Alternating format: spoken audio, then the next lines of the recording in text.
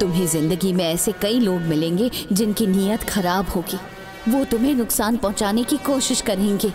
अगर तुम घबरा गए तो वो लोग तुम पर हावी हो जाएंगे। बुरा इंसान सिर्फ अपना दिमाग लगाकर खेल को जीतने की कोशिश करता है, लेकिन एक सच्चा इंसान दिल और दिमाग लगाकर खेल में विजय प्राप्त कर सकता है।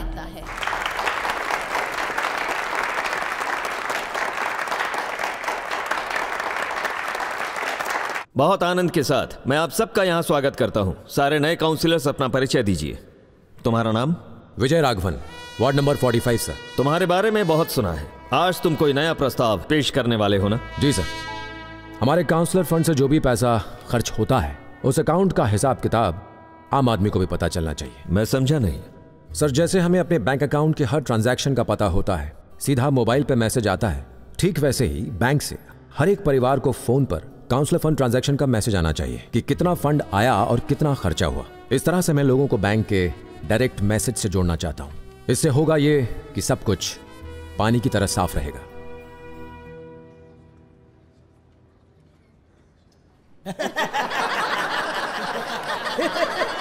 अरे क्या कहा तुमने?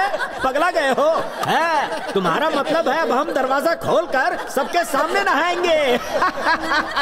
मास्टर साहब हमें मत पढ़ाओ, बैठ जाओ, हम सब पास होकर आए हैं। आप प्लीज बैठ जाइए। सब लोग शांत हो जाइए। हमें पढ़ाने वाला।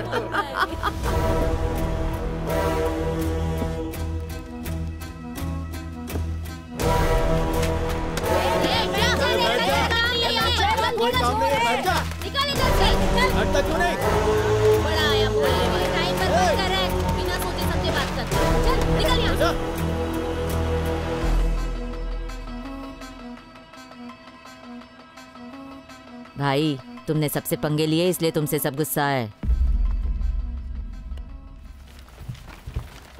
आज शुक्रवार 10:05 सभी काउंसिलर्स सदन की गरिमा को ध्यान में रखते हुए अपनी कार्यवाही शुरू करें। विजय राघवन बहुत हीरो बनता फिरता ना आजकल, लेकिन हम तेरी पोल खोलेंगे। बैठ जाइए, बैठ जाइए। Silence. Sit down, sit down, sit down, sit down. छोड़ेंगे नहीं इसको, छोड़ेंगे नहीं। विजय राघवन क्या है ये सब? हर कोई तुम पे इल्जाम लगा रहा है कि तुम कुछ एनजीओ के साथ सेटिंग करके पैसे छापते हो। दोनों पार्टीज ने तुम्हारे खिलाफ शिकायत की है और अब तुम अगले प्रोजेक्ट के लिए पैसे मांग रहे हो। चुप रहिए सब लोग, मैं बात कर रहा हूँ ना।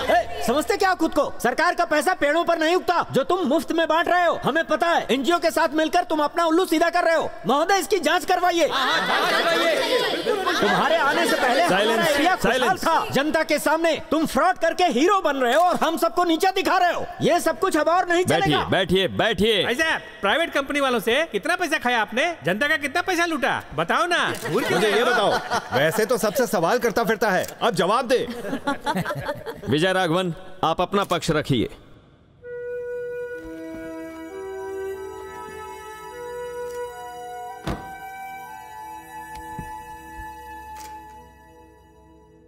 ये देश नहीं एक मंदिर है और हम पुजारी की भूमिका निभा रहे हैं। हमारे राष्ट्र की पूजा में हमें खुद को समर्पित कर देना चाहिए। आओ हम सब हाथ मिलाकर एक साथ चलें। आज से 30 साल पहले जब आपने अपनी पार्टी की स्थापना की थी तो आपकी पार्टी की यही विचारधारा थी। शायद आप भूल गए। क्या गरीब और पिछड़ों के साथ आपने भेदभाव नहीं किया?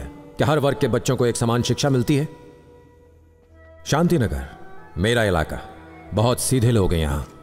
उनके खुद के हाथ खाली हैं, फिर भी मदद के लिए हाथ आगे बढ़ा देते हैं। बेचारे 70% युवा बेरोजगार हैं। जो बच्चे पढ़ लिख के अपने जीवन में आगे बढ़ना चाहते हैं, गरीबी की वजह से उन्हें सही शिक्षा नहीं मिल पाती, ढंग से खाना नहीं मिलता, पानी के लिए लड़ना पड़ता है। पिछले काउंसलर ने ध्यान नहीं दिया। क्यों? खुद नाकाबिल है तो डरते हैं कि कहीं युवा पढ़ लिख ना ले। पढ़ लिख गए तो आपको वोट नहीं देंगे। आप चाहते हैं कि वो चुनाव के समय आपके दान दक्षिणा के मोहताज बने रहें। आप नहीं चाहते कि वो गरीबी रेखा से ऊपर आए। मेरे काउंसलर बनने से पहले मेरे वार्ड में कुल बेरोजगार थे 4300 युवा। मुझे काउंसलर बने 1 साल हो चुका है और मेरे वार्ड में अब सिर्फ 180 बेरोजगार बचे हैं और ये संख्या भी कुछ दिनों में कम हो जाएगी। पिछले साल तक सिर्फ 15% युवा ही 12वीं पास कर पाए थे, लेकिन इस साल ड्रॉप आउट रेट 0 है। एक भी बच्चा फेल नहीं हुआ। मेरे इलाके के 9021 परिवारों की औसत आमदनी 20% बढ़ चुकी है। अगर हम में से किसी के भी इलाके में गरीबी रेखा के नीचे एक भी परिवार है तो ये हम सब की नाकामयाबी है। किस प्रगति की बात कर रहे हो तुम यहाँ पर? हम भी जनता की सेवा करते हैं, डींगे मत हांको। सर्वे नंबर 730 के अनुसार उत्तर दक्षिणी कोवल गली के बाजू से जो नहर निकल रही है वो 1 साल से साफ नहीं हुई है, जबकि उसकी सफाई के लिए 6 बार पैसा सैंक्शन हो चुका है। अगर किसी ने भ्रष्टाचार किया है तो हम सब पर इल्जाम लगाओगे? उलझना मत वरना भारी पड़ेगा। वो नहर वार्ड नंबर 55 में आती है और उसके काउंसलर का नाम मिस्टर परमवीर सिंह है और वो आप हैं। कभी अपने इलाके की जनता के मुंह लगकर देखना, आपकी असली औकात सामने आ जाएगी। इलेक्शन जीतने से पहले जो काउंसलर किराए के घर में रहता था, आज वो 4 मकान और 2 गेस्ट हाउस का मालिक बना बैठा है और इसके साथ 2 लग्जरी गाड़ियां, 2 SUV, 4 ड्राइवर, ब्रांडेड कपड़े और 20 नौकरों का खर्चा। उसके पास इतना पैसा आया कहां से? एक काउंसलर को जनता की सेवा करने के लिए पहले पार्टी को 10 लाख रुपए देने पड़ते हैं। MLA जिसकी सैलरी 1 लाख है, उसका टिकट 15 करोड़ में खरीदा जाता है और MP के लिए पूरे 25 करोड़। और कुर्सी पर बैठने के बाद तुम सब वसूली में लग जाते हो। सॉरी ऑनरेबल मेयर, लेकिन मुझे पता है कि आपने भी अपनी कुर्सी कितने में खरीदी है। अब एक शब्द भी बीच में नहीं बोलने का। अभी मेरा समय खत्म नहीं हुआ है। जनता हमें वोट देकर हमारी जिंदगी तो बना देती है, लेकिन उनकी जिंदगी का क्या? हम जनता के गुनहगार हैं। हम सबने बहुत पाप किए हैं ऑनरेबल मेयर, धोखा, विश्वासघात किया है। इस सिस्टम को बदलना चाहिए। जितना पैसा सैंक्शन होता है, क्या उतना जनता तक पहुंचता है? एक नेता की जनता के प्रति बहुत बड़ी जिम्मेदारी होती है। यह भगवान द्वारा हमें सौंपी गई बहुत बड़ी जिम्मेदारी है। हम लोगों की जिंदगी बदल सकते हैं अगर हम अपना काम ईमानदारी से करें। जैसे मेरा इलाका बदला है, पूरा राज्य बदल सकता है और हम पूरे देश को भी बदल सकते हैं। बस इतना ही। Thanks for allowing my words honourable mayor. Please accept my request towards my wards development. Thank you.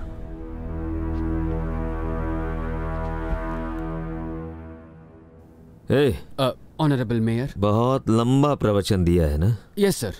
पूरा का पूरा रिकॉर्ड हुआ होगा।